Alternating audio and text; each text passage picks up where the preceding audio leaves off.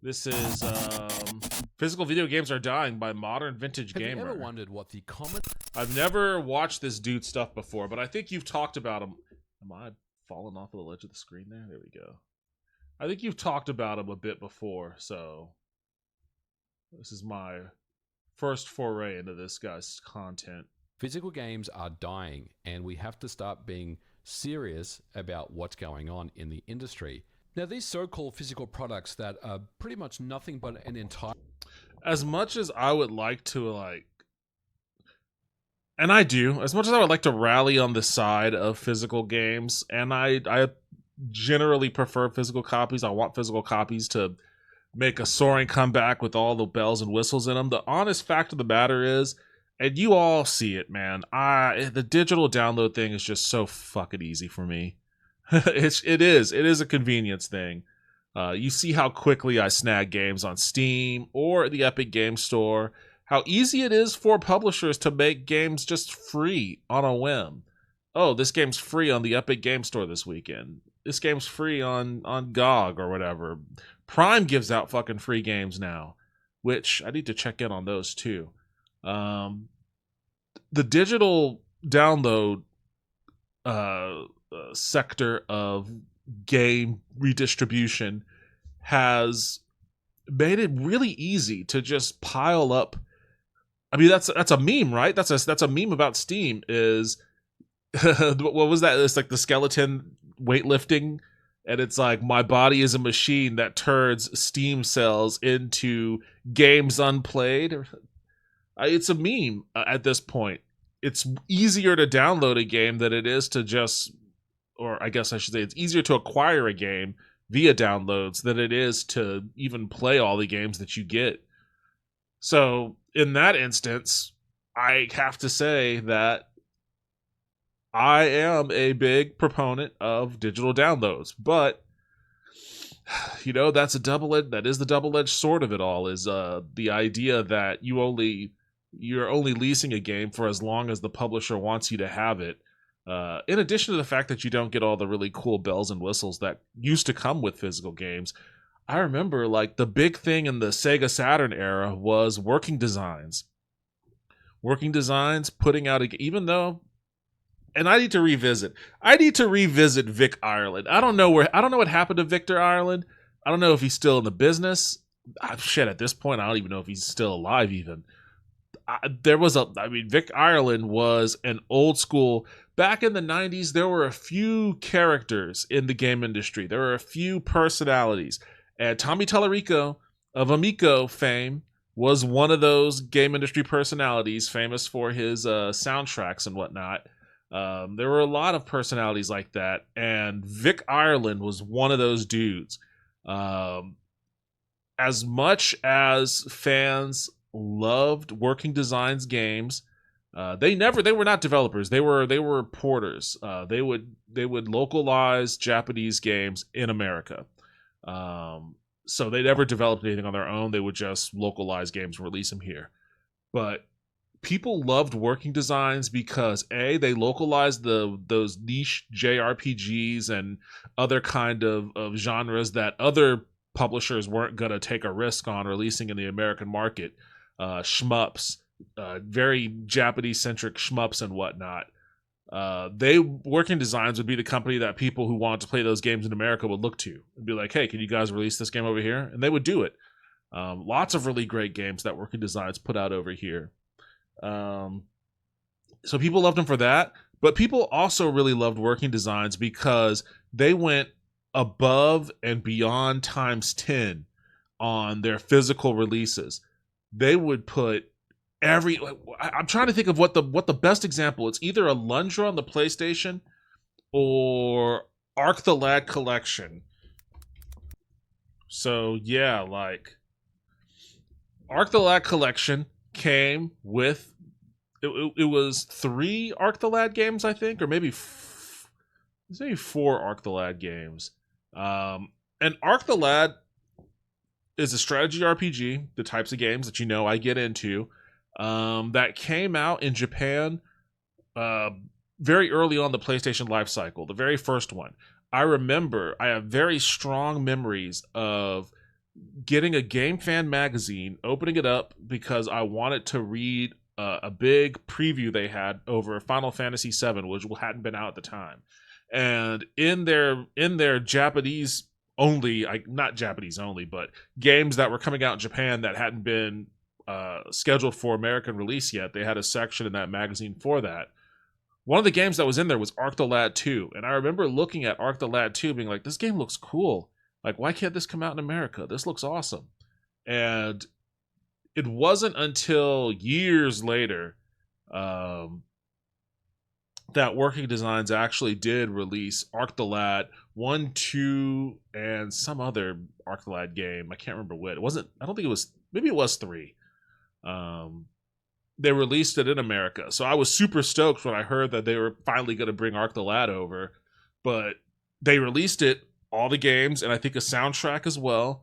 They have this hardback book that it was I think it was kind of like a lore book or something. It had art in it too, but it also had lore of the world and the stories. You have all these little character cards that you see that they released with it. Plus this little thing, I don't even remember what the fuck this was. Most of their releases also had like a cloth map. It was like a map of the game world if it was an RPG or something, and it would be embroidered on a really nice quality fabric. So it wasn't even like a shitty paper map that you would unfold and have all the creases and stuff. No, this was like really cool, good quality cloth map. They used to just deck all their shit out and things like that. How much is this even going for?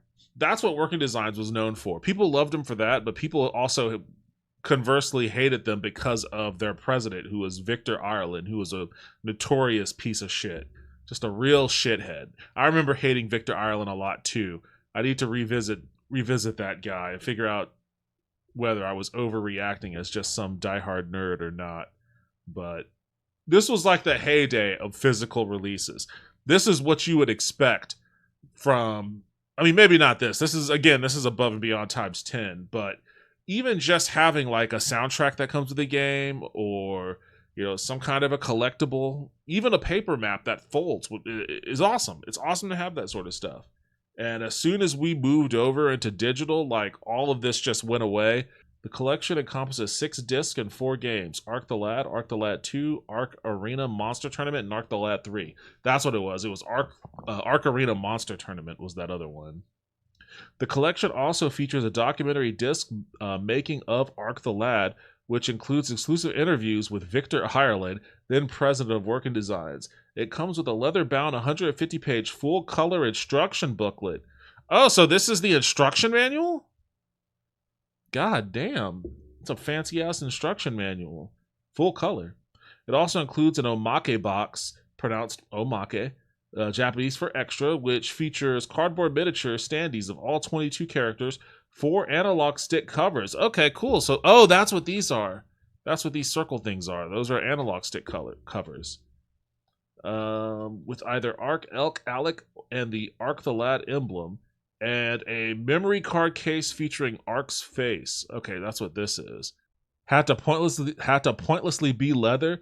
The rest of it sounds good. Yo, what's up, Arachnid? Welcome back to the stream. How you doing? I mean, leather or not, I think it all sounds pretty awesome, really. Considering now we're barely getting even like a box. I bought Zelda I bought Breath of the Wild for the Switch shortly after it came out, and there were no frills. It's like, this is your flagship series, Nintendo. Doesn't even have to be anything extravagant. A Triforce enamel pen, that would be cool by itself. But nothing, not even a booklet. There wasn't even an instruction manual. It was just the game cartridge in like a case like this. And now they're not even doing that much. Now they're just going to give you if you buy the physical Switch 2, I guess, it's going to be a box with a download code or something. MVG in the section of the video is just saying that selling the box in a store is pointless when 90% of the game is on the disc. Not really. I mean, it just depends on who wants it. Like, that was a big...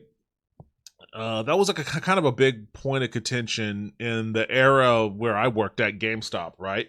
Because we would have people that would trade in discs, and just by themselves, and we took them, but we would have to make mock boxes for them, and people would react differently to purchasing a used game that had a mock box versus purchasing a used game that had its OG box and book. Like obviously we had collectors and whatnot who would only buy if there was like the OG box and booklet. There were people that wanted the box but didn't really care if the booklet was in there or not. And then there were people who didn't give a shit. You know, we could have given them the disc in a sandwich bag and they would have been perfectly happy. But obviously if we had given the box collector guy a disc in a sandwich bag, that would have been a problem. So it just depends on the person. There are a lot of people that do like having the box with the art and the official looking physical production. Just as much as there are people that would just take it in a sandwich bag. And that is the kind of part that I want to talk about. Physical games, as I mentioned, are slowly dying off. Of course, there are outliers, there are exceptions. Companies like CD Projekt Red, which incidentally own GOG, which is very big on game preservation, which is not a coincidence. It's something that they are very much interested in preserving their entire library of games, and as much as they possibly can. It's no coincidence that they offer Cyberpunk 2077 on 2 discs on the Xbox as the complete version. This is something that not even Microsoft themselves offer up. They don't offer physical games for their products, and they haven't. I didn't know since that at Cyberpunk. Gears of War 5, I believe, in 2019. How do you swap between the discs? If you take a look at Microsoft or Xbox's releases since then, I don't believe. It's been so long since I played a console game with multiple discs. I'm still thinking about it in like Final Fantasy VII terms, where you get to a certain point in the story and it's like, please insert disc 2. Believe there is any game that they've released that has the full game on disc. And trust me, I own them.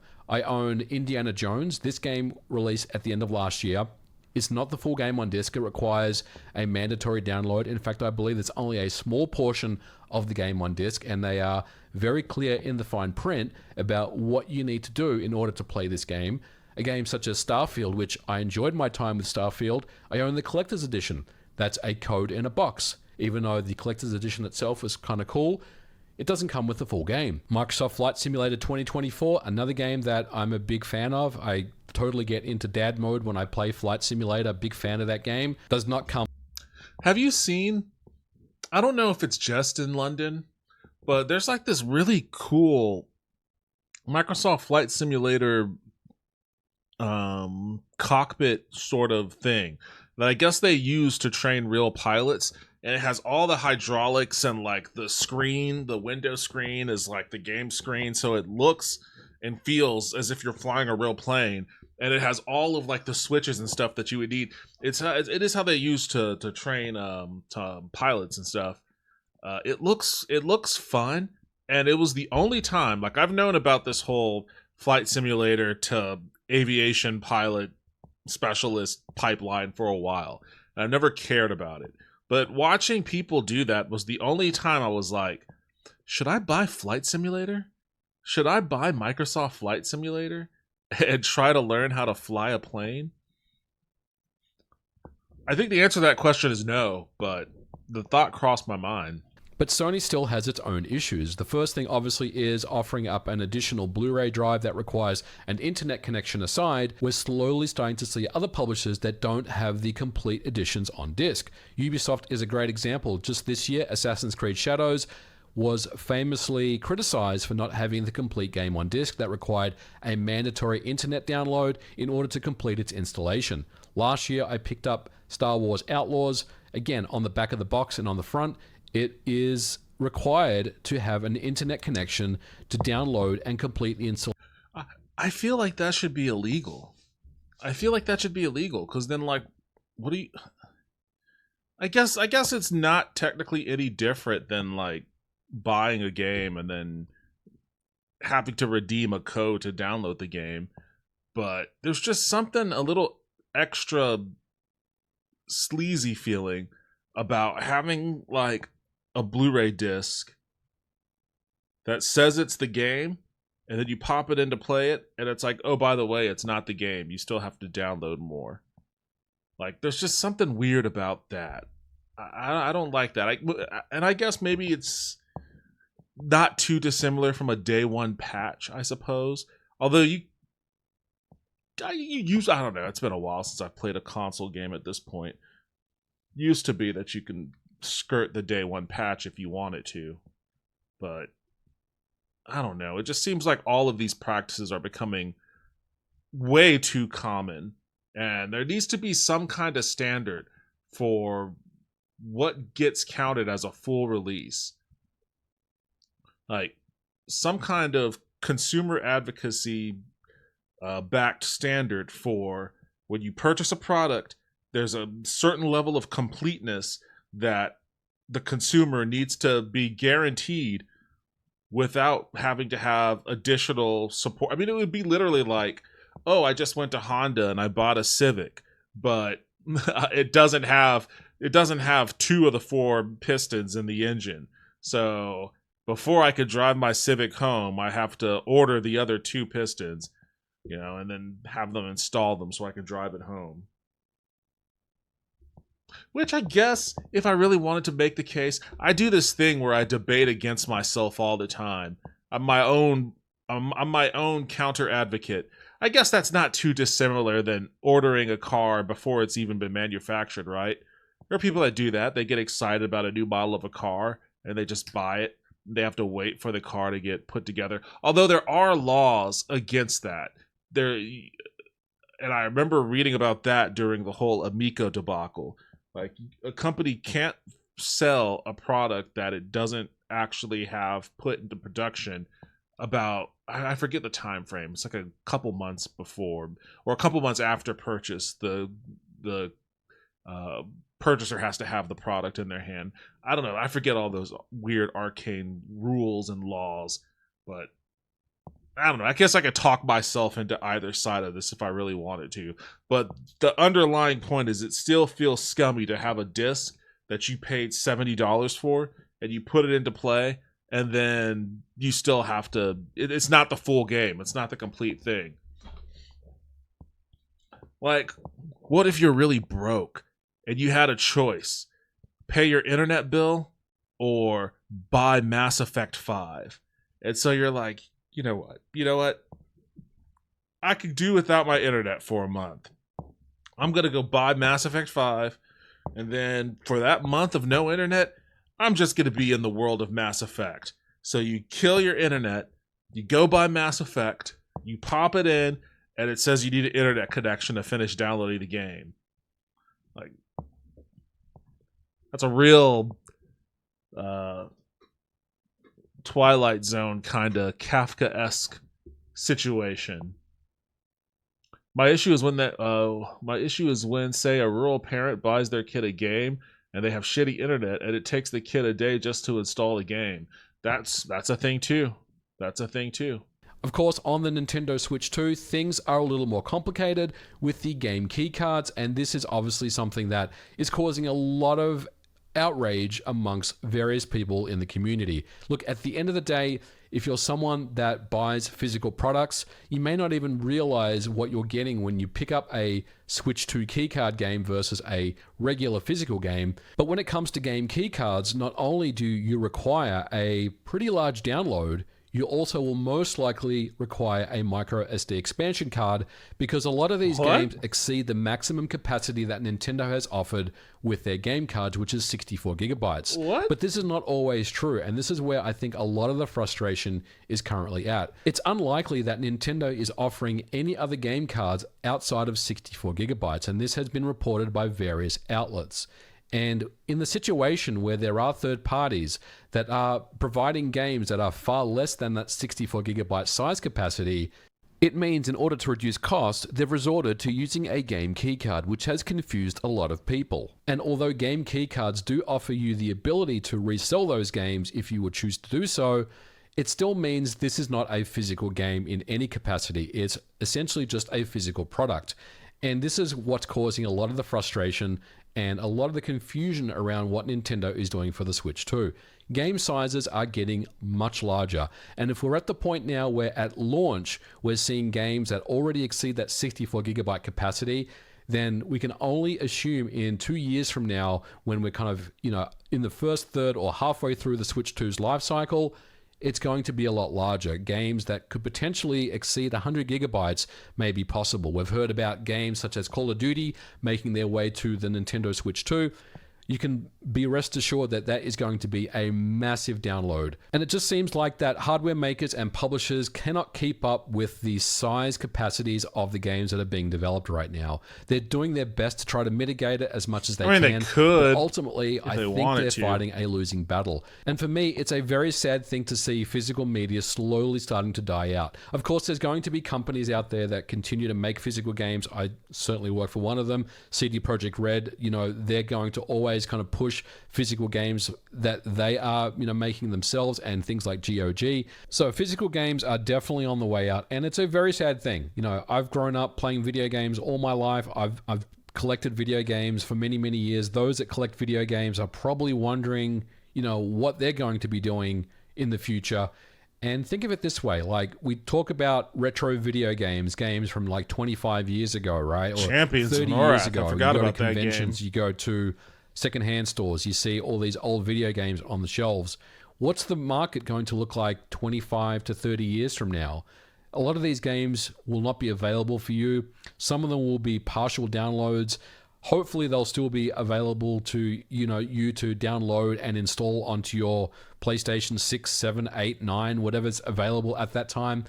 But these games could also be lost to time forever, and that's really the sad part. I do wonder what the retro video game market is going to look like many years from now, but one thing is for sure, I'm not a fan of these physical products.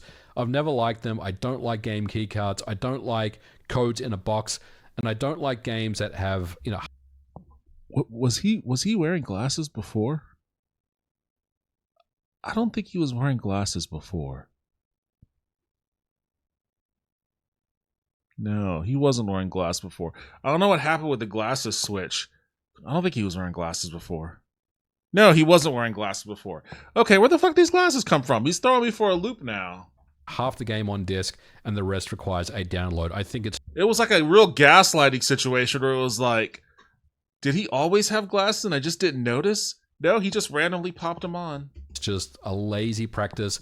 And unless, it's because of storage limits of the hardware itself or the capacity of, the larger storage capacity that's available, it's something that I feel like publishers and the hardware makers can really work harder on to do a better job on. But those are just my thoughts and opinions. Let me know what you think about the death of physical games.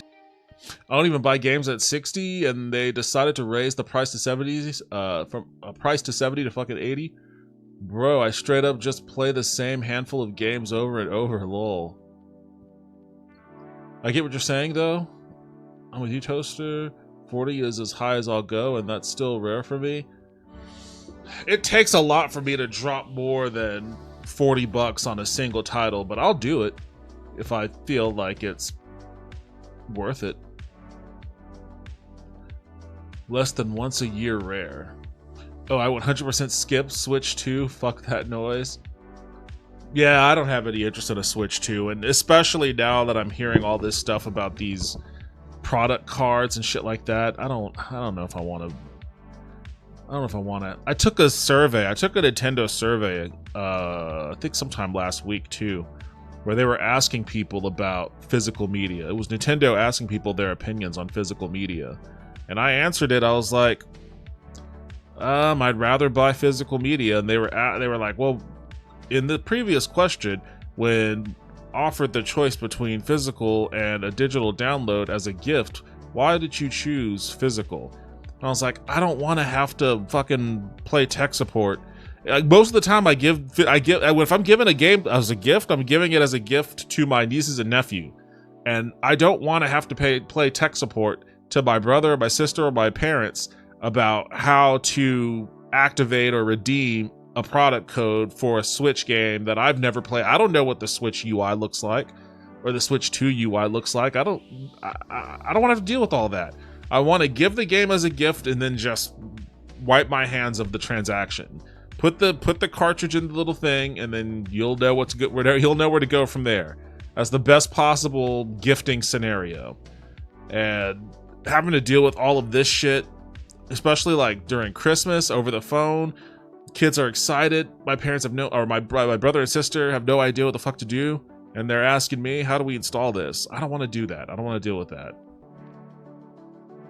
That's what I said to Nintendo.